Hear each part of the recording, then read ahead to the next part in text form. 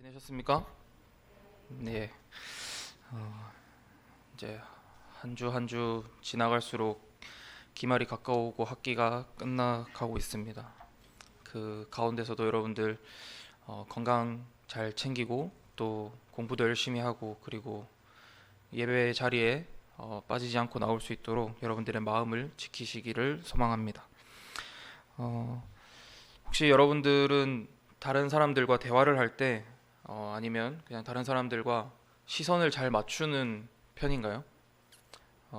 저는 지금 그게 잘 안 되는 사람이지만 굉장한 노력으로 여러분들과 시선을 맞추고 이야기를 하려고 노력하고 있습니다. 사람과 사람이 대화를 할 때 시선을 맞추지 못하고 하늘을 바라보면서 이야기를 한다거나 땅을 바라보면서 이야기를 하면 상대방이 이 사람이 나를 무시하나? 라고 생각을 할 수가 있습니다.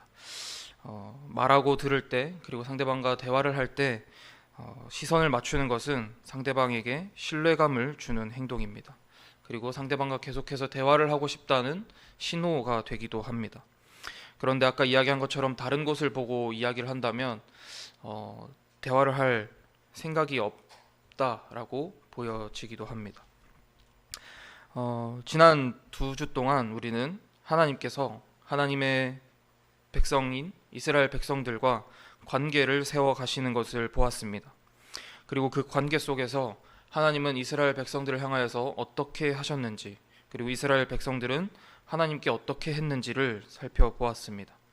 하나님은 하나님의 형상을 따라 사람을 창조하신 그 순간부터 은혜와 사랑을 베푸시고 때로는 사람들에게 공의를 드러내시며 사람들을 지키시고 인도해 오셨습니다. 그리고 하나님께서 한 사람에게 주셨던 그 언약이 민족으로 확대되기도 하였습니다. 오늘과 그리고 다음 주 말씀은 십계명에 나타난 하나님에 대해서 그리고 하나님의 은혜에 대해서 함께 나누고자 합니다. 십계명은 하나님께서 이스라엘 백성에게 주신 돌판에 기록된 법입니다. 이 십계명에는 하나님과의 관계 그리고 이웃과의 관계가 기록되어 있습니다. 오늘은 먼저 그 첫 번째로 나 외에는 다른 신을 두지 말라라는 첫 번째 계명을 중심으로 하나님이 어떤 분이신지 그리고 그 하나님은 우리를 위해 무엇을 하셨는지 그리고 제목처럼 하나님과 우리 사이에는 무엇이 있어야 하는지 그리고 무엇이 없어야 하는지를 함께 나누기를 원합니다. 먼저 첫 번째는 하나님은 어떤 분이신가입니다. 우리가 함께 읽은 이 성경 말씀은 하나님을 나타내는 하나님을 계시하는 말씀입니다. 하나님은 이 말씀을 통해서 하나님이 어떤 분이신지를 우리에게 알려주십니다. 오늘 이 십계명을 시작하면서 오늘 말씀도 그렇게 시작하였습니다. 1절에서는 하나님이 이렇게 말씀하셨습니다 라고 선포함으로 시작합니다. 하나님은 오늘날 우리에게도 말씀하시는 분입니다. 그래서 오늘 하나님께서 우리에게 먼저 밝히시는 것은 하나님이 어떤 분이신가입니다. 2절 말씀을 함께 보겠습니다. 2절 말씀은 이렇게 기록되어 있습니다. 나는 너를 애굽 땅 종되었던 집에서 인도하여 낸 내 하나님 여호와니라. 하나님께서 먼저 자신이 어떤 분이신지를 알려주십니다. 하나님은 나는 너의 하나님이다. 그리고 나는 너의 여호와다 라고 말씀하십니다. 하나님은 이스라엘의 주인이시며 우리가 계속해서 나누었던 것처럼 여호와 스스로 있는 자라고 밝히고 있습니다. 처음부터 끝까지 스스로 존재하는 유일한 하나님이심을 밝히고 있습니다. 하나님은 이스라엘 민족을 택하시고 부르셔서 이스라엘의 하나님이 되셨습니다. 이스라엘이 있던 곳은 애굽 땅이었습니다. 애굽 땅에는 각종 이방 신들과 우상이 많던 곳이었습니다. 그래서 이스라엘 백성들은 그 땅에서 힘든 일을 하며 육체적으로 고통받는 종이기도 했지만 이방 신과 우상들의 종이 되기 쉬운 환경에 놓여 있었습니다. 또한 바로는 이스라엘 백성들이 하나님 앞에 나아가서 예배 드리는 것을 금하고 있었습니다. 그래서 이들이 하나님을 예배하는 것 또 하나님을 믿는 것, 그런 신앙을 유지하는 것이 매우 힘들었을 것입니다. 그러나 하나님은 이들을 잊지 않으시고 또 백성들에게 하셨던 약속을 잊지 않으셔서 육체적으로 그리고 영적으로 종되었던 곳에서 건져내셨습니다. 그리고 이스라엘의 주인이 되셨습니다. 이스라엘의 주인이 되신 하나님은 온 세상을 창조하시고 다스리시는 한 분 하나님입니다. 이스라엘 백성들에게 모세가 나와 하나님의 이름으로 이야기할 때 그들은 하나님의 이름이 무엇인지를 다시 물어보았습니다. 애굽에 많은 신들이 있는데 혹시 그 중에 한 신은 아닙니까? 한 종류는 아닙니까? 라고 물어보는 것이었습니다. 그러나 하나님은 그때에도 지금도 분명하게 말씀하십니다. 나는 여호와라 라고 말씀하십니다. 나는 다른 사람들이 만들어서 그리고 다른 사람들에 의해서 생겨난 신이 아니라 스스로 있는 유일한 하나님이라고 말씀하고 있습니다. 너희를 인도해내고 너희를 소유로 삼은 하나님은 나는 누군가 만들어낸 신이 아니라 태초부터 영원까지 스스로 있는 유일하고 영원한 참 신이라는 것을 말씀하고 계신 것입니다. 그리고 하나님은 2절에서 계속해서 무슨 일을 하셨는지 말씀해 주십니다. 2절 말씀을 함께 보겠습니다. 2절 말씀을 같이 읽겠습니다. 시작. 나는 너를 애굽 땅 종되었던 집에서 인도하여 낸 내 하나님 여호와니라. 하나님은 애굽 땅에서 하나님을 모른다고 말하는 그 왕 아래에서 여러 해 동안 종 노릇하던 이스라엘 민족을 건져내셨습니다. 그리고 건져내실 뿐만 아니라 광야를 지나 약속하신 땅에 이를 때까지 하나님은 먹이시고 입히시고 적들로부터 그리고 자연 환경으로부터 그들을 지키시며 약속하신 곳으로 인도하셨습니다. 그래서 우리는 이 두 가지를 기억하기를 소망합니다. 하나님은 태초부터 영원까지 스스로 있는 유일하고 영원한 참 신이시라는 것, 그리고 그 하나님께서 애굽 땅에서 종노릇하던 이스라엘 백성을 건지신 것처럼 우리도 죄 가운데서 건지셨다는 것입니다. 이 두 가지를 우리의 인생에, 우리의 신앙생활에 가장 큰 은혜로 붙잡기를 소망합니다. 신약 성경에서 사도 바울은 로마서 6장에서 예수 그리스도와 함께 죽음으로 우리에게 주어지는 유익에 대해 말씀합니다. 그리스도와 함께 연합하는 세례를 받는 우리는 죄에 대하여서 죽었고 더 이상 죄의 종노릇할 수 없다는 것을 분명하게 말씀합니다. 죄에 대하여 종노릇한다는 것, 그리고 애굽 땅에서 종 되었던 집에서 건져냈다는 것, 뭔가 비슷하지 않습니까? 우리가 함께 예수 그리스도와 함께 죽었다는 것은 예수님께서 무덤에서 부활하심으로 죄와 사망의 권세를 이기신 것처럼 우리 또한 예수님과 함께 살아날 것을 의미합니다. 그래서 우리는 죄에서 해방되었습니다. 로마서 6장 6절과 21절 말씀입니다. 제가 읽겠습니다. 우리가 알거니와 우리의 옛 사람이 예수와 함께 십자가에 못 박힌 것은 죄의 몸이 죽어 다시는 우리가 죄에게 종노릇하지 아니하려 함이니 그러나 이제는 너희가 죄로부터 해방되고 하나님께 종이 되어 거룩함에 이르는 열매를 맺었으니 그 마지막은 영생이니라. 아멘. 더 이상 우리에게 죄가 왕노릇할 수 없음을 말하고 있습니다. 우리가 죄에 대하여는 죽고 하나님께 대하여는 살아있음을 믿기를 소망합니다. 그리고 사도 바울은 갈라디아서 4장과 5장에서 이렇게 말씀합니다. 우리가 전에는 헛된 가르침과 하나님이 아닌 자들에게 종노릇했다고 이야기합니다. 그러나 우리가 이제 하나님을 알고 또 하나님께서 우리를 아시기에 우리가 다시는 헛된 가르침이나 하나님이 아닌 자들에게 종노릇할 수 없다고 말씀합니다. 그리고 갈라디아서 5장 16절에서 25절에서는 성령의 인도하심을 말씀합니다. 우리가 성령의 인도하심을 따라 살면 율법 아래 있지 않을 것이라고 말씀하고 있습니다. 사도 바울이 로마서와 갈라디아서 말씀에서 공통적으로 우리에게 말씀하고 있는 것은 하나님께서 우리를 죄와 사망에서 건지셨다는 것입니다.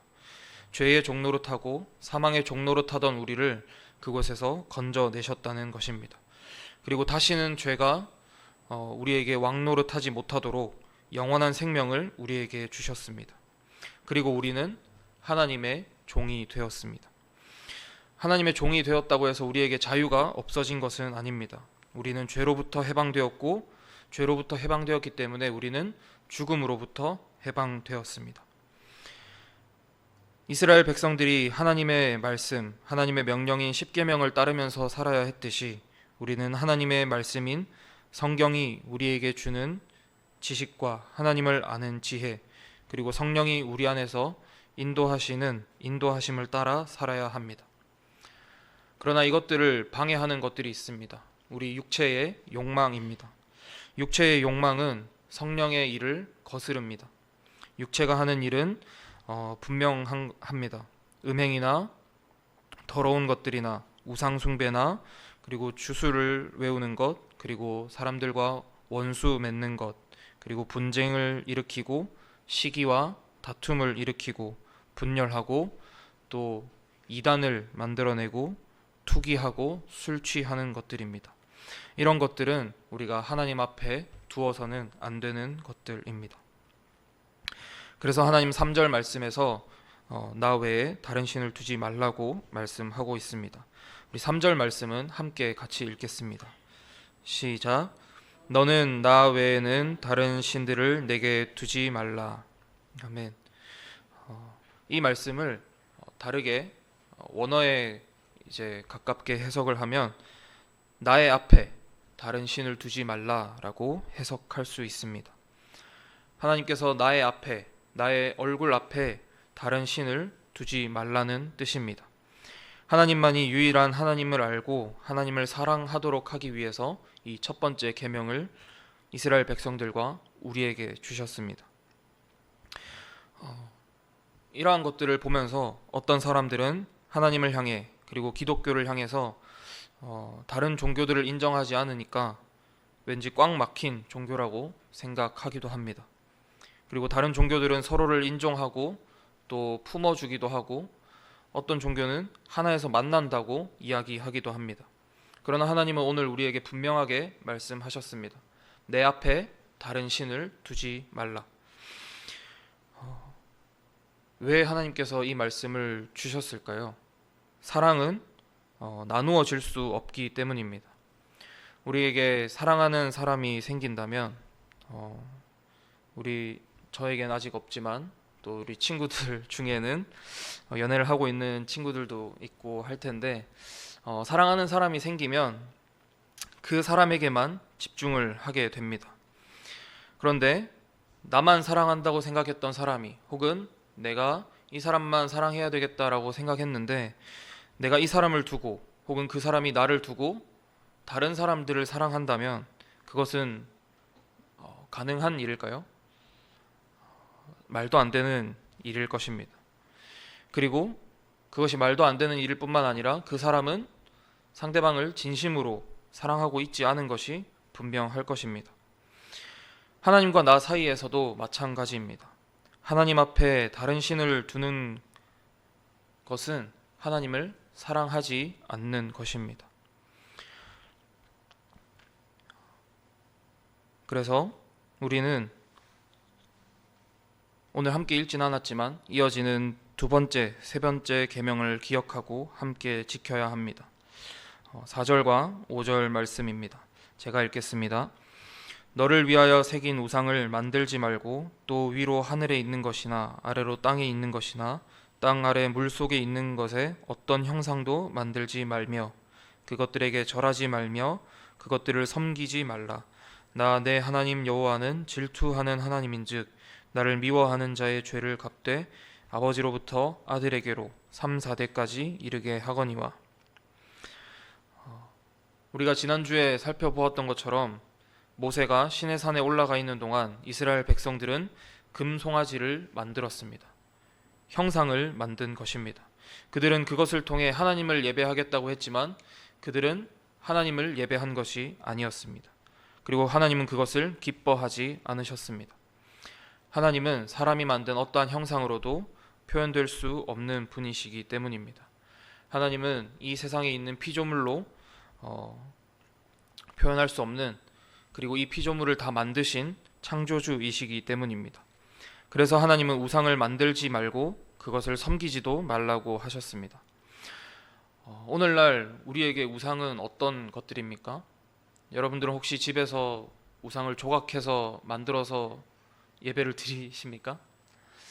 오늘날 우리가 생각할 수 있는 우상은 꼭 이러한 조각상, 어떤 나무로, 금으로, 돌로 만든 조각상만을 의미하지는 않습니다.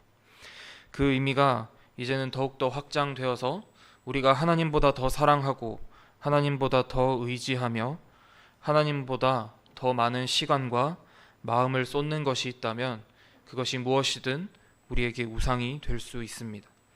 하나님과 나 사이에, 하나님의 얼굴 앞에 다른 것이 들어오는 순간 그것이 바로 우상이 되는 것입니다.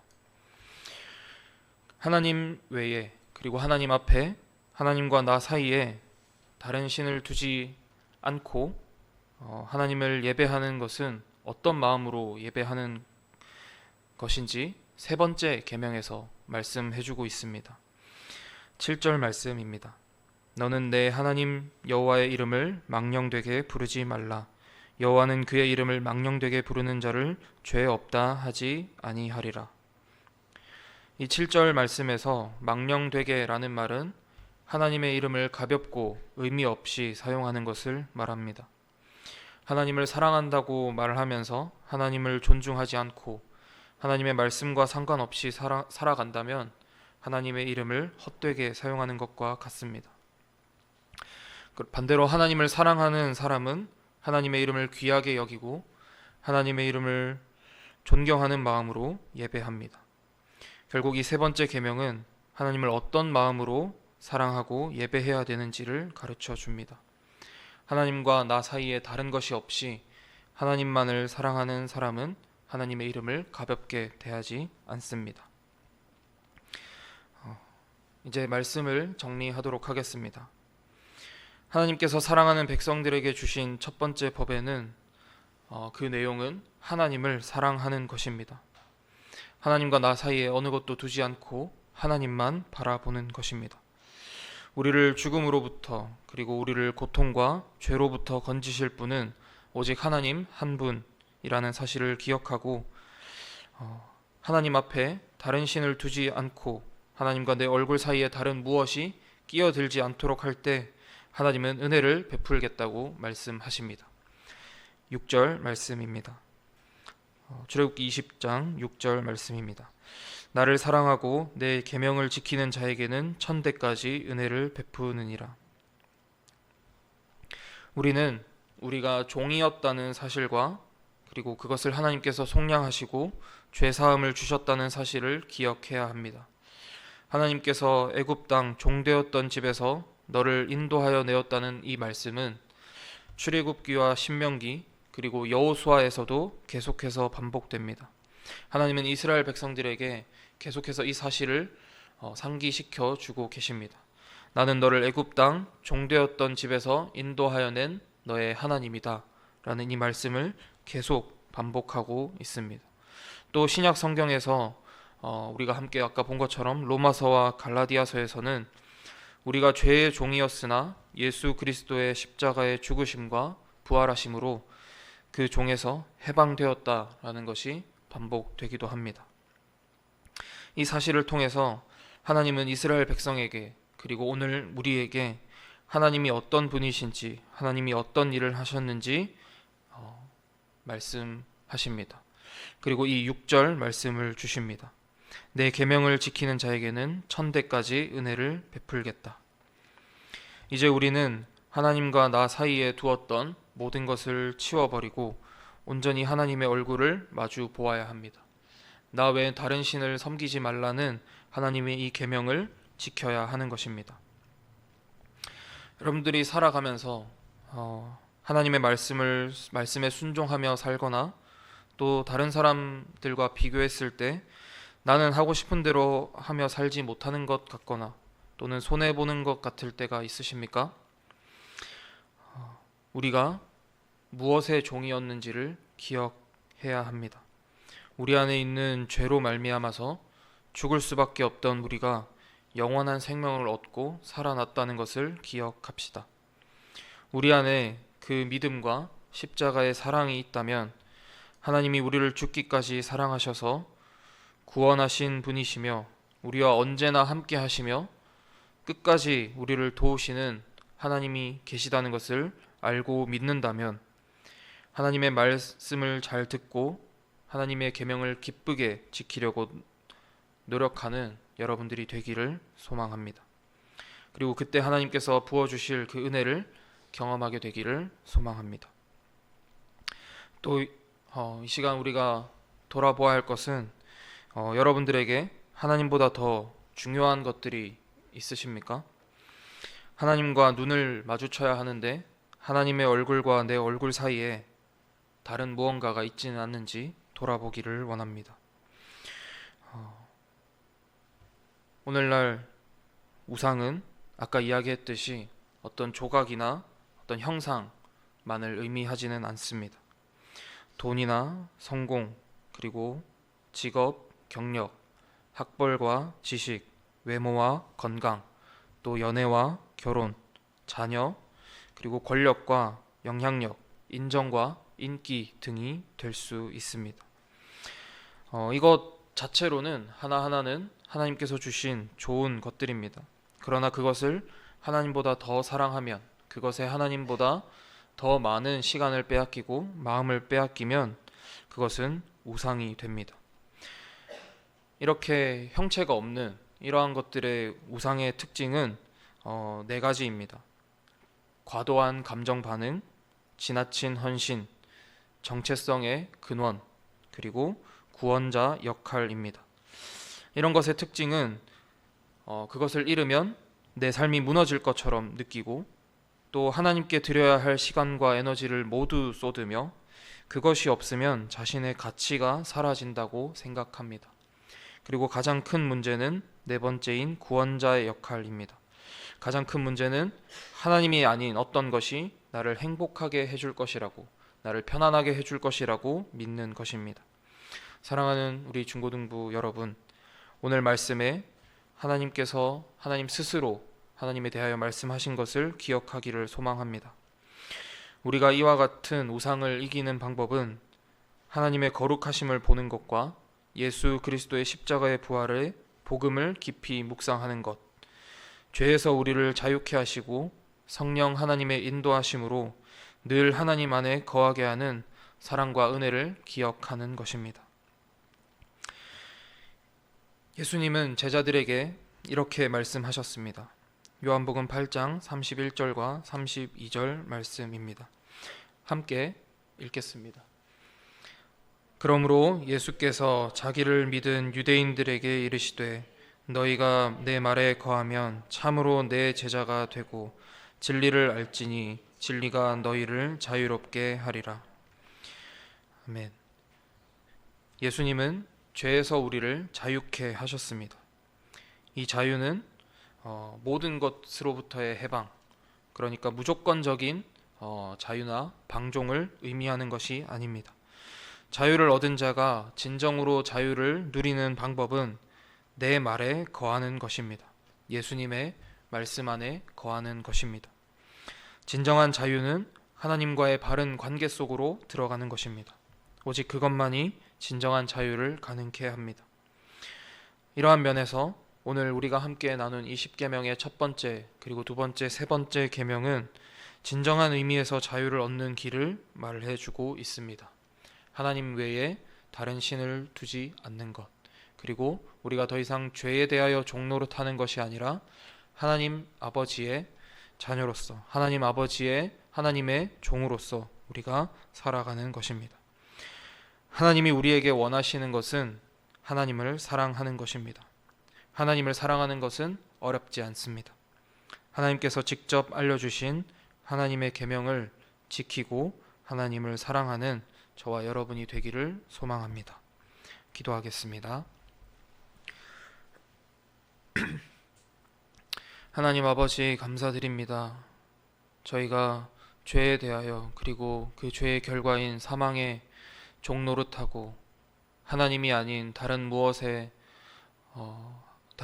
따르며 하나님과 멀어져 있던 저희들을 불러주시고 우리를 그 종되었던 것에서 건져내셔서 하나님 안에서 하나님의 말씀 안에서 우리가 자유롭게 살아갈 수 있게 하여 주심에 감사드립니다. 오늘 이 말씀을 통하여서 하나님 외에 우리가 어떤 형상이나 물건을 꼭 우상화하지 않더라도 우리가 바라보는 것들, 우리의 성공이나 돈이나 또 우리가 가지는 지식이나 이 모든 것들이 하나님보다 더 소중하고 또 하나님보다 더 많은 시간을 빼앗아갈 때 그것들이 우리 안에 우상이 될 수 있음을 고백합니다. 이제 하나님의 얼굴 앞에서 그 모든 것들을 치워버리고 오직 하나님께 영광, 오직 하나님께 내 마음과 시간을 드리는 저희들이 되게 하여 주시옵소서. 감사드립니다. 예수님의 이름으로 기도드립니다. 아멘.